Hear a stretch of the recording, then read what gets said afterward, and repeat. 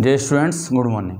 बेटा chapter number 2 हमने start कर दिया था और चैप्टर नंबर 2 में हमने विद्युत विभव और विद्युत विभवांतर की परिभाषाएं हम पढ़ चुके थे। उनकी मात्रक, उनकी विमा, वो कैसी राशि है, अदिश राशि है, इसलिए विद्युत विभव की दिशा नहीं होती है। धनात्मक आवेश का विभव हम धनात्मक लेते हैं और ऋणात्मक आवेश का विभव हम ऋणात्मक लेते हैं। ये सब बातें हमने बताई थी। और एक साथ ही एक इम्पोर्टेंट फॉर्मूला और बताया था, विद्युत क्षेत्र में आवेशित कण को एक बिंदु से दूसरे बिंदु तक लेकर जाने में किया गया कार्य बराबर था आवेश गुणा विभवांतर। ये सब पढ़ा था हमने। आज हम बिंदु आवेश के कारण विद्युत विभव के सूत्र की स्थापना करेंगे कि कोई भी बिंदु आवेश है, उसके कारण उससे r दूरी पर कितना विभव उत्पन्न होगा, उसका क्या फॉर्मूला होता है। आप जानते हो, बिंदु आवेश के कारण उससे r दूरी पर स्थित किसी भी बिंदु पर विद्युत क्षेत्र की तीव्रता का फॉर्मूला हम स्थापित कर चुके हैं और वो होता है KQ/r²। वैसे अब हम आश्रित जो टॉपिक है वो है किसी आवेश के कारण, बिंदु आवेश के कारण विद्युत विभव। ठीक है, इसके लिए हमने एक आवेश Q लिया है और ये मान लिया हमने ये आवेश Q बिंदु O पर स्थित है। हमें इस आवेश के कारण इससे r दूरी पर, ये दूरी हम कितनी ले रहे हैं, r दूरी पर हमने एक बिंदु ले लिया है B। ये वाला आवेश Q, स्रोत जो आवेश है, जो विद्युत क्षेत्र और विद्युत विभव उत्पन्न कर रहा है, वो स्रोत आवेश इस बिंदु B पर कितना विभव उत्पन्न करेगा, इसकी हमें गणना करनी है। और ये बिंदु B इस बिंदु O से r दूरी पर क्या है, स्थित है। अब हम यहाँ पर एक अनंत स्थिति लेते हैं। अनंत का मतलब मैंने बताया था आपको कि इस आवेश का क्षेत्र केवल यहीं तक मौजूद है, इसके बाद इस आवेश का कोई क्षेत्र मौजूद नहीं है। तो अनंत पर हमने एक बिंदु A की कल्पना की और बिंदु A पर क्या रख दिया, एक परीक्षण आवेश। अब अगर आपको विद्युत विभव की परिभाषा याद है, ध्यान दीजिए क्या थी कि किसी परीक्षण आवेश को अनंत से विद्युत क्षेत्र में स्थित किसी बिंदु तक लेकर जाने में किए गए कार्य और परीक्षण आवेश के अनुपात को विद्युत विभव कहते हैं। ये चीज़ थी, याद कीजिए आप।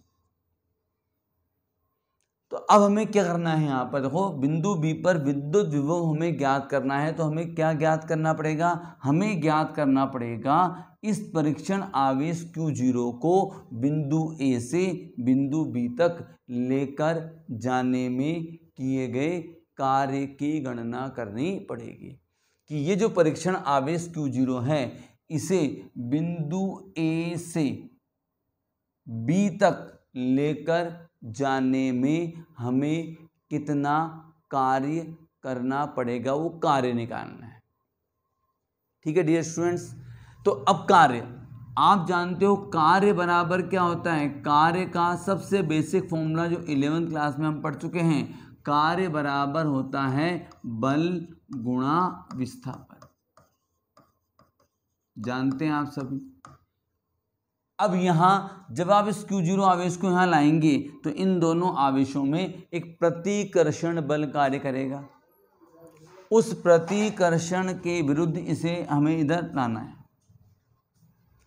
अब आप देखेंगे जब इस Q0 आवेश को Q के पास लाएंगे तो दोनों आवेशों के मध्य की दूरी में लगातार क्या होती जाएगी, कमी होती जाएगी। और जब दूरी घटेगी, दूरी में परिवर्तन होगा तो दोनों आवेशों के मध्य लगने वाला बल भी परिवर्तित होगा। और यहीं पर 11th क्लास में हमने पढ़ा था कि जब भी किसी वस्तु पर परिवर्ती बल कार्य करता है तो कार्य के लिए हम डायरेक्ट ये फॉर्मूला काम में नहीं ले सकते हैं। जब बल परिवर्ती हो तो कार्य की गणना समाकलन विधि से की जाती है।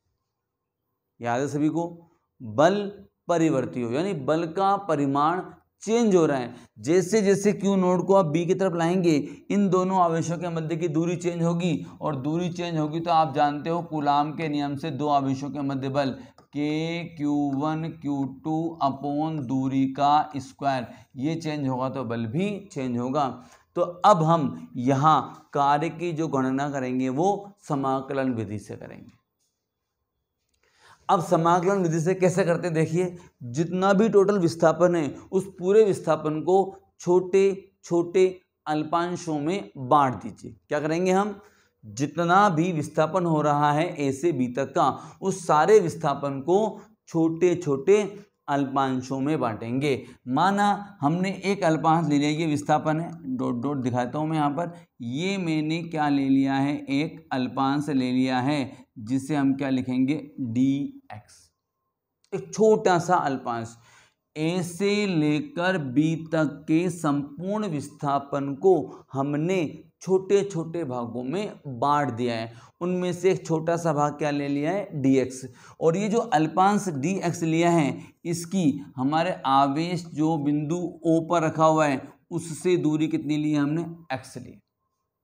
अब आप देखिए, अब ये Q नोट आवेश यहाँ आ चुका है, मान लीजिए आप इस dx विस्थापन में यहाँ से यहाँ तक इस Q नोट को लाने में कितना कार्य किया गया। तो हमने ये मान लिया कि माना जब ये Q नोट आवेश यहाँ था तब इस Q आवेश द्वारा इस Q नोट पर लगाया गया बल F था और F की दिशा ये होगी।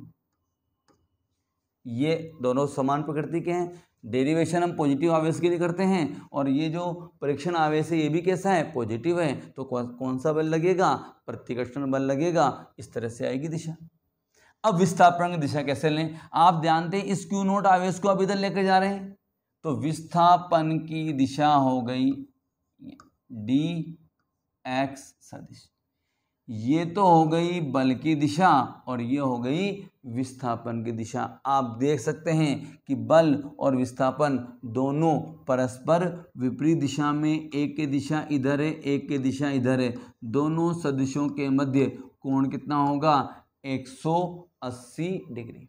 तो माना Q नोट आवेश पर हमारे मतलब बाह्य बल द्वारा इस विद्युत बल F के द्वारा किया गया कार्य dw है, विद्युत बल द्वारा किया गया कार्य dw है।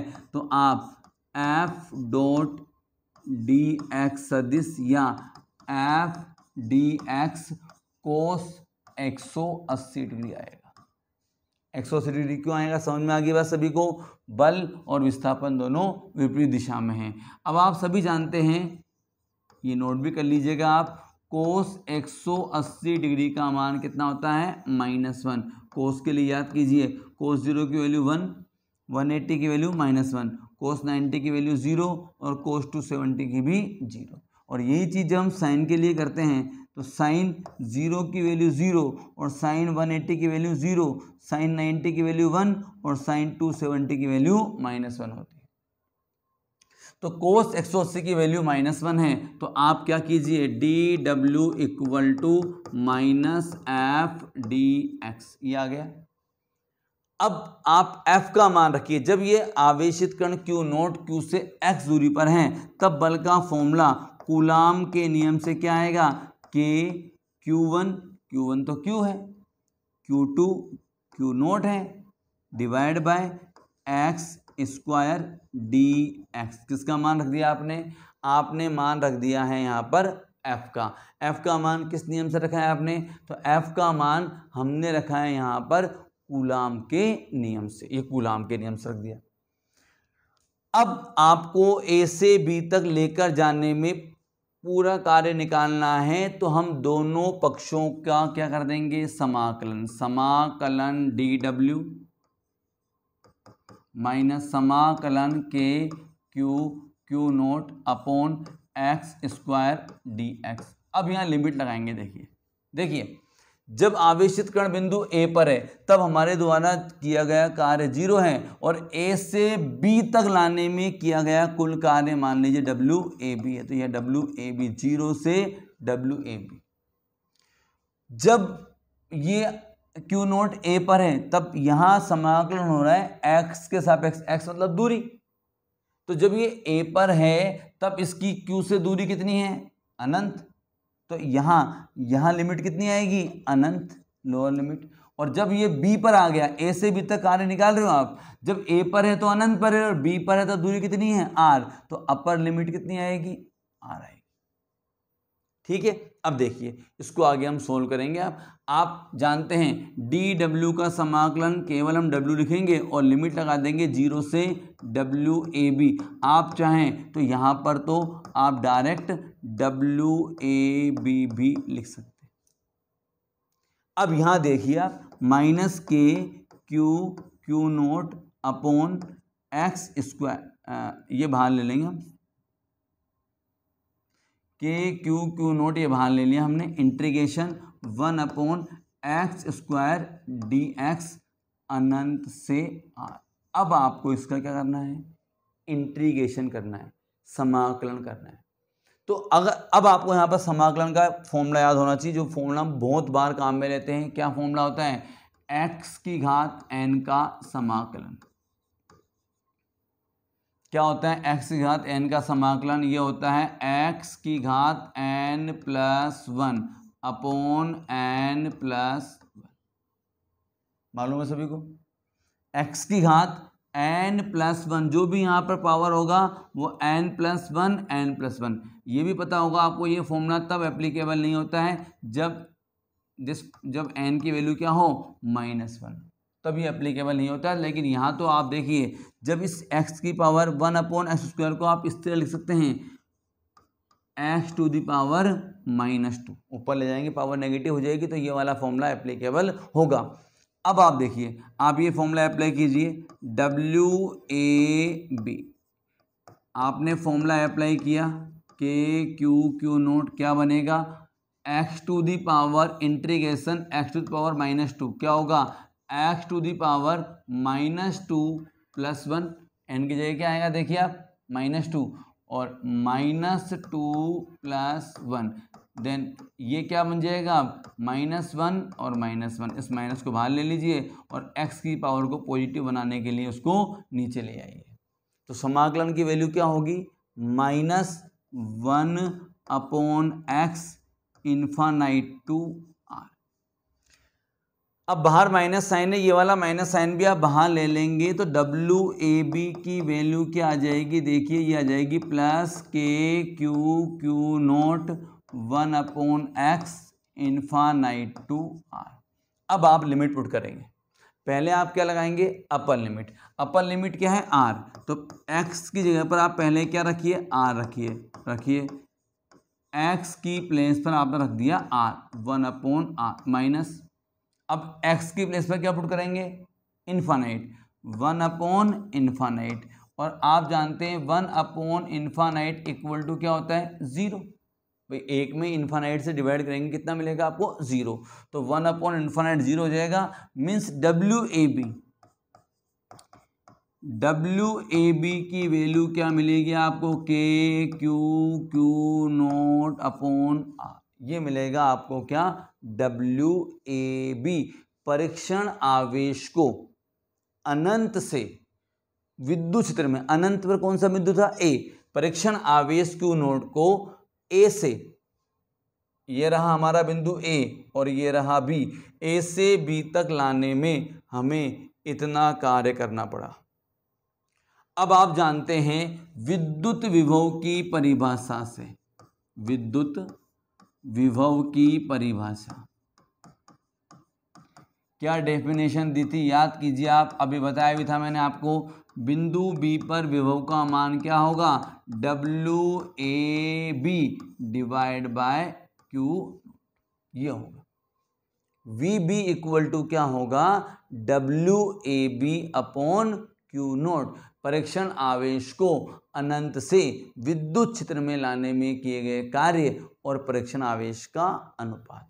तो डब्ल्यू ए बी का मान आप निकाल चुके हैं। डब्ल्यू ए बी का मान अगर आप यहाँ रख देंगे, क्या रखेंगे, k q naught upon r upon q naught, तो क्यू नोट से q naught cancel, V B equal to क्या हो जाएगा, k q upon r. V B की जो वैल्यू है, वी बी की जो वैल्यू होगी वो कितनी हो जाएगी, वी बी की वैल्यू हो जाएगी के क्यू अपॉन आर। तो किसी भी परीक्षण आवेश के कारण उससे आर दूरी पर स्थित किसी भी बिंदु पर विद्युत विभव का जो मान है वो क्या होता है, बिंदु आवेश के कारण विद्युत विभव का मान होता है VB equal to KQ upon R। मतलब विभव का मान आवेश के परिमाण के समानुपाती होता है, दूरी के व्युत्क्रमानुपाती होता है, और आप जानते हो K में आता है एप्सिलॉन, 1/K इक्वल टू होता है 1/4 एप्सिलॉन नॉट, यानी ये आवेश के चारों ओर के माध्यम पर भी निर्भर करता है। लेकिन हम पढ़ चुके हैं, बार बार बता चुका हूं मैं आपको, विद्युत विभव अदिश राशि है, हम विद्युत विभव की कोई दिशा नहीं लेंगे। पॉजिटिव आवेश का विभव पॉजिटिव होगा और नेगेटिव आवेश का विभव नेगेटिव होगा। जैसे मान लीजिए कोई Q आवेश है, ये प्लस Q है और एक ये माइनस Q है, इससे R दूरी पर आपको विद्युत क्षेत्र निकालना है, तो विद्युत क्षेत्र का मान KQ/R² पॉजिटिव में ही दिया जाएगा, इसका भी इसका भी। लेकिन अगर विभव निकालना है तो KQ/R से देंगे और इसका विभव पॉजिटिव आएगा, इसका विभव नेगेटिव आएगा। विद्युत क्षेत्र का परिमाण कभी ऋणात्मक नहीं हो सकता है, लेकिन विद्युत विभव का परिमाण ऋणात्मक भी हो सकता है। -10 वोल्ट विभव हो सकता है, -10 न्यूटन प्रति कूलाम विद्युत क्षेत्र नहीं हो सकता है। सदिश राशि का परिमाण कभी भी ऋणात्मक नहीं होता। ठीक है डियर स्टूडेंट्स, अब देखिए अगर यहाँ पर आप देखें विभव और Q एक दूसरे के समानुपाती है, यदि किसी भी आवेश के कारण, धनात्मक आवेश के कारण V और Q में आप ग्राफ खींचेंगे तो ग्राफ आपको एक सरल रेखा मिलेगा। लेकिन यही आवेश अगर ऋणात्मक हो, नोट्स में ऋणात्मक के लिए नहीं दिया हुआ है, तो आप आवेश को भी नेगेटिव अक्ष पर ले लीजिए, विभव को भी नेगेटिव पर ले लीजिए, ये नेगेटिव आवेश से कारण। ये वाला ग्राफ पॉजिटिव आवेश से कारण हो गया V और Q में ग्राफ, इस तरह का बनाएंगे तो ये वाला आपके लिए नेगेटिव के लिए हो गया। आप जानते हैं थर्ड क्वाड्रेंट में दोनों ही x का कोऑर्डिनेट और y का कोऑर्डिनेट दोनों ही क्या होते हैं, नेगेटिव हो जाते हैं। तो यहाँ ग्राफ कैसा हुआ, ग्राफ का शेप क्या हुआ, ग्राफ का शेप यहाँ मिलेगा आपको सरल रेखा। क्यों, क्योंकि विभव और आवेश दोनों ही एक दूसरे के क्या हैं, यहाँ पर समानुपाती। और आप जानते हैं कि जब भी दो भौतिक राशियाँ एक दूसरे के समानुपाती होती हैं तो उनमें ग्राफ सदैव एक सरल रेखा प्राप्त होता है। अब यदि आप V में और R में ग्राफ खींचते हैं, विभव में और दूरी में, तो ये देख सकते हैं आप कि V और R एक दूसरे के व्युत्क्रमानुपाती है। तो यहाँ पर इन दोनों में जो ग्राफ होगा वो आपको एक अति परवलय प्राप्त होगा। कैसा मिलेगा आपको ग्राफ, ये ग्राफ आपको प्राप्त होगा अति परवलय, V और R में ग्राफ। यहाँ R दूरी है, दूरी कभी भी नेगेटिव नहीं होगी। अगर नेगेटिव आवेश है तब आप V और R में ग्राफ खींचेंगे तब ऐसा आएगा। ये R दूरी है, दूरी को हम पॉजिटिव ही लेंगे। ठीक है, जनरल आपसे पूछा जाए तो ग्राफ ही बनाना है, लेकिन स्पेशल क्वेश्चन आ जाए किसी ऋणात्मक आवेश के लिए आवेश और दूरी में ग्राफ बनाएं तब ये वाला आएगा।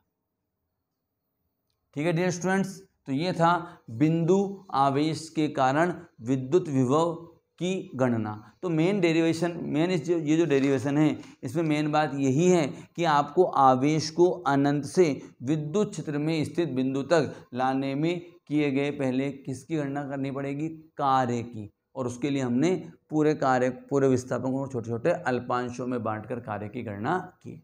Okay dear students, thank you.